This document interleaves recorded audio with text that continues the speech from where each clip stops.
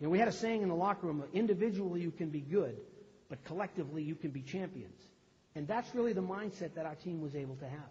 It reminded me of my high school football coach that told me, ability and a dime gets you a cup of coffee.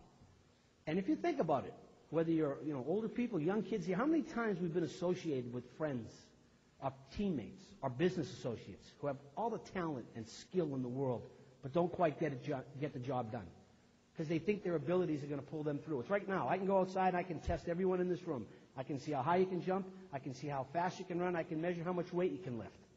But I can't measure your heart. I can't measure your pride. And I can't measure your commitment. And to me, those are the intangibles. Those are the little things that separate good teams from great teams. If it wasn't for the school that you went to, you wouldn't be doing the things you're doing today.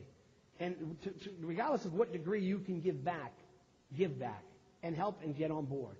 Make it happen so that your university is one that you can look back on and be proud of. Each and every one of us at some point in our lives have an opportunity. When you get that opportunity, it's what you do with it that matters. Here at the university, you have an opportunity to make lives better for students and future students down here. It's what you do with that opportunity. What you do is you touch on their heart. You touch on their relationship that they had here at this university. You talk about the opportunities they had here, and especially if there's somebody that's successful in the business world because of what they had. So never think you're any better than anybody else. Understand why and how you're able to achieve the goals you achieve. Time, effort, and work. Believe in yourself. Surround yourself with people whose goals and objectives are the same as yours. And at some point in your life, you will be successful. It was more than a hockey game. It was us against them. It was freedom versus communism. Nobody gave us a hope in hell to win. It was a sliver of the Cold War played out on a sheet of ice. Here you have a bunch of fresh-faced college kids taking on the big, bad Soviet bear in the United States, in the Olympics. The confluence of events was so extraordinary, it can never happen again. Nobody paid attention to what Americans said in the world anymore. Our hostages had been taken, and we couldn't get them back.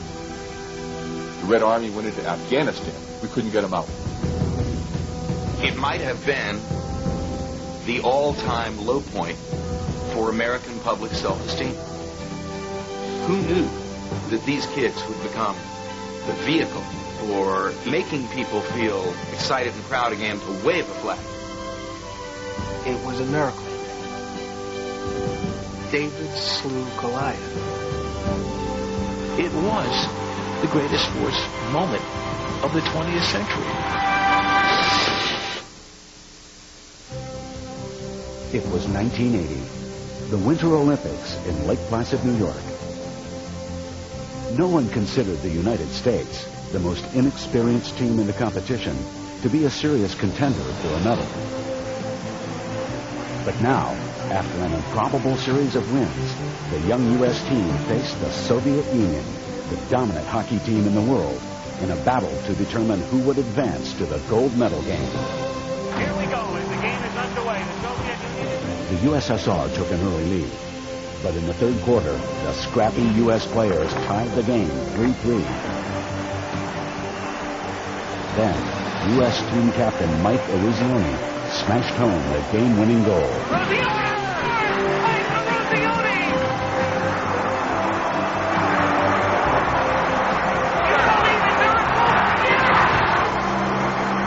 Two days later, the world watched as the U.S. team fought Finland for the gold. 5 seconds to the gold medal. 4 to the gold medal. This impossible dream come true.